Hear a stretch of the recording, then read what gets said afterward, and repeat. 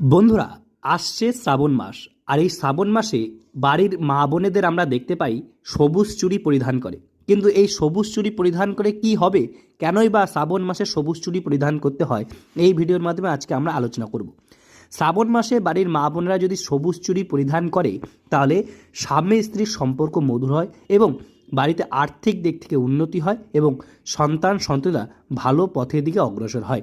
এই জন্য শ্রাবণ মাসে কিন্তু সবুজ চুড়ি পরিধান করে শিব ঠাকুরের মস্তকে আমাদের অবশ্যই জল ঢালতে হবে।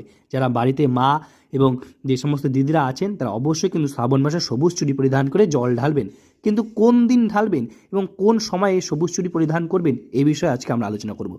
শ্রাবণ মাসে যদি আপনি শনিবার এবং মঙ্গলবার এই দুটি দিন বাদ দিয়ে শুক্রবার আর রবিবার যদি আপনি সবুজ চুড়ি কিনে পরিধান করে শিব ঠাকুরের মস্তকে জল ঢালতে পারেন তাহলেই কিন্তু আপনি সেই ফল লাভ করতে পারবেন।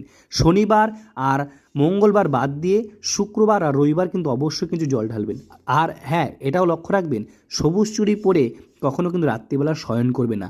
যখন শয়ন করবেন তার আগে সবুজ চুড়ি খুলে অবশ্যই কিন্তু শয়ন করবেন। আর সোমবার থেকে নয়, শ্রাবণ মাসে প্রতিদিন আপনার শিব ঠাকুরের মস্তকে জল ঢালতে পারেন, তবে লক্ষ্য রাখবেন সেই সময় কিন্তু আপনার সবুজ চুড়ি পরিধান করে থাকতেই হবে। যদি ভিডিওটি ভালো লেগে থাকে তাহলে ভিডিওটি অবশ্যই শেয়ার করুন এবং অন্য মানুষকে দেখবার সুযোগ করে দিন। হর হর মহাদেব।